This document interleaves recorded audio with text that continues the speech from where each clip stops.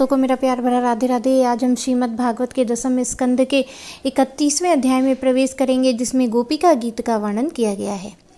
गोपियाँ विरह वेश में गाने लगीं।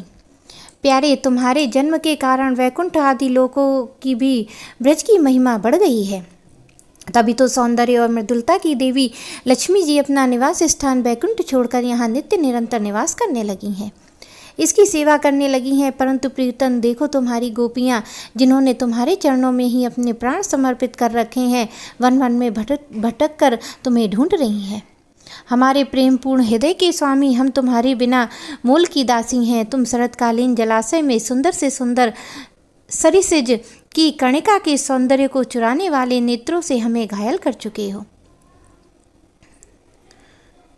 हमारे मनोरथ पूर्ण करने वाले प्राणेश्वर, क्या नेत्रों से मारना वध नहीं है? अस्त्रों से हत्या करना ही वध है।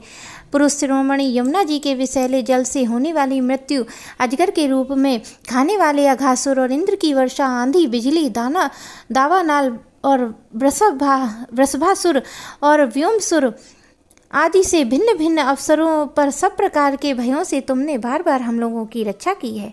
तुम केवल यशोदा नंदन ही नहीं, समस्त शरीरधारियों के हृदय में रहने वाले उनके साक्षी हो, अंतर्यामी हो।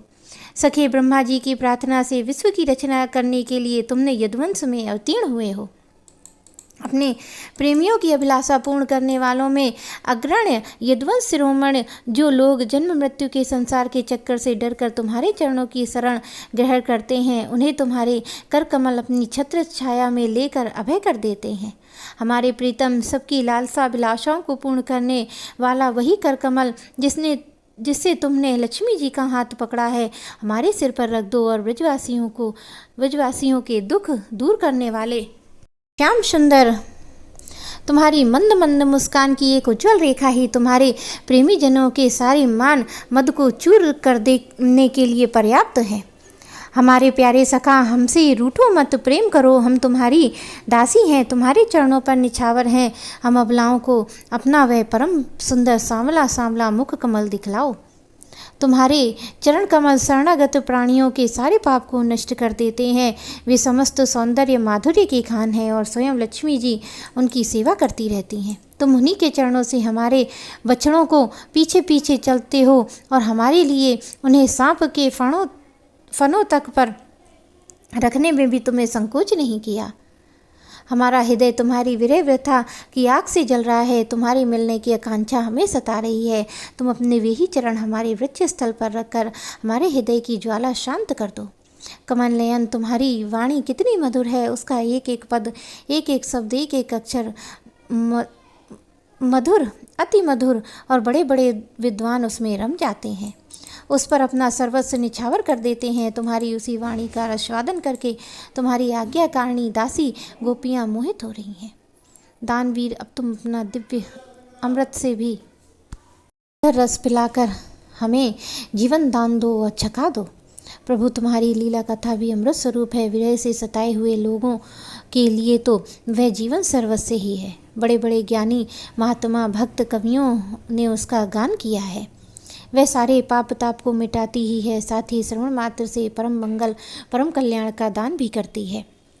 वह परम सुंदर, परम मधुर, और जो तुम्हारी उस लीला कथा का गान करते हैं, वास्तव में भूलोक में वे ही सबसे बड़े दाता हैं। प्यारे, एक दिन वह था जब तुम्हारी प्रेम भरी हंसी, चितवन तथा तुम्हारी तरह तरह की क्रीड़ाओं का ध्यान करके हम आनंद में मग्न हो जाया करती थीं। उनका ध्यान भी परम मंगलदायक है। उसके बाद तुम मिले, तुम्हें एकांत में हृदय स्पर्शी ठिठोलियाँ की, प्रेम की बातें कहीं। हमारे कपटी मित्र, अब वे तो सब बातें याद आकर हमारे मन को क्षुब्ध कर देती हैं। हमारे प्यारे स्वामी, तुम्हारे चरण कमल से भी सुकोमल और सुंदर हैं। अब जब तुम गौओं को चराने के लिए ब्रज से निकलते हो, जब ये सोचकर कि तुम्हारे वे युगल चरण कंकड़, तिनके और कुछ कांटे गड़ जाने से कष्ट पाते होंगे, हमारा मन बेचैन हो जाता है। हमें बड़ा दुख होता है। दिन ढलने पर भी जब तुम वन से घर लौटते हो तो हम देखती हैं कि तुम्हारे मुख कमल पर नीली नीली अलकें लटक रही हैं और गौओं के खुर से उड़ उड़कर घनी धूल पड़ी हुई है। हमारे वीर प्रीतम, तुम अपना वह सौंदर्य हमें दिखाकर हमारे हृदय में मिलने की आकांक्षा, प्रेम उत्पन्न करते हो। प्रीतम, एकमात्र तुम ही हमारे दुखों को मिटाने वाले हो। तुम्हारे चरण कमल शरणागत भक्तों की समस्त अभिलाषाओं को पूर्ण करने वाले हैं। तुम अपने वे परम कल्याण स्वरूप चरण कमल हमारे वृक्ष स्थल पर रखकर हृदय की व्यथा शांत कर दो। वीर शिरोमणि, तुम्हारा अधरामृत मिलन के सुख को, आकांक्षाओं को बढ़ाने वाला है। वह विरह जन्य समस्त शोक संताप को नष्ट कर देता है। यह गाने वाली बांसुरी भली भांति उसे चूमती रहती है। जिन्होंने एक बार उसे पी लिया, उन लोगों को फिर दूसरे और दूसरों की आसक्तियों का स्मरण भी नहीं होता है। हमारे वीर, अपना वही आधारभूत हमें वितरण करो, पिलाओ प्यारे। दिन के समय जब तुम वन में विहार करने चले जाते हो, के बिना ही हमारे एक एक क्षण युग के समान हो जाता है। और जब तुम संध्या के समय लौटते हो तथा घुंघराली अलकों के युक्त तुम्हारा परम सुंदर मुखारबिंद हम देखती हैं, तो उस समय पलकों का गिराना हमारे लिए भार हो जाता है। मानो ऐसा जान पड़ता है कि इन नेत्रों की पलकों को बनाने वाला विधाता मूर्ख है। प्यारे श्याम सुंदर, हम अपने पति, पुत्र, भाई, बंधु और कुल परिवार का त्याग करके, उनकी इच्छा आज्ञाओं का उल्लंघन करके तुम्हारे पास आ गई हैं। अब हम तुम्हारी एक एक चाल जानती हैं, संकेत समझती हैं और तुम्हारे मधुर गान की गति समझकर उसी से मोहित होकर यहाँ आई हैं। कपटी, इस प्रकार रात्रि के समय आई हुई युवतियों को तुम्हारे सिवा कौन छोड़ सकता है। प्यारे, एकांत में तुम मिलने की आकांक्षा, प्रेम भाव को जगाने वाली बातें करते थे, ठिठोली करके हमें छेड़ते थे। तुम प्रेम भरी चितवन से हमारी ओर देखकर मुस्कुरा देते और हम देखती थी तुम्हारा वह विशाल वृक्ष स्थल जिस पर श्री लक्ष्मी जी नित्य निरंतर निवास करती रहती हैं। तब से अब तक निरंतर हमारी लालसा बढ़ती जा रही है और हमारा मन अधिकाधिक मुग्ध होता जा रहा है।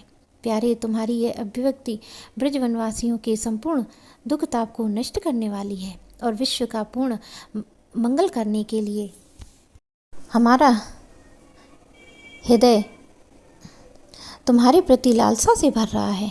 कुछ थोड़ी ही सी ऐसी औषधि दे दो जो तुम्हारे निज जनों के हृदय रोग को सर्वथा निर्मूल कर दे। तुम्हारे चरण कमल भी सुकुमार हैं, उन्हें हम अपने कठोर स्तनों पर भी डरते डरते बहुत धीरे धीरे रखती हैं, कहीं उन्हें चोट न लग जाए। उन्हीं चरणों से तुम रात्रि के समय घोर जंगल में छिपे छिपे भटक रहे हो। क्या कंकड़ पत्थर आदि की चोट लगने से तुम्हें पीड़ा नहीं होती है? हमें तो इसकी संभावना मात्र से ही चक्कर आ रहा है, हमें अचेत होती जा रही हैं। श्री कृष्ण श्याम सुंदर प्राणनाथ, हमारा जीवन तुम्हारे लिए है, हम तुम्हारे लिए जी रही हैं और हम तुम्हारी ही हैं। मेरे प्यारे कृष्ण भक्तों को मेरा प्यार भरा राधे राधे।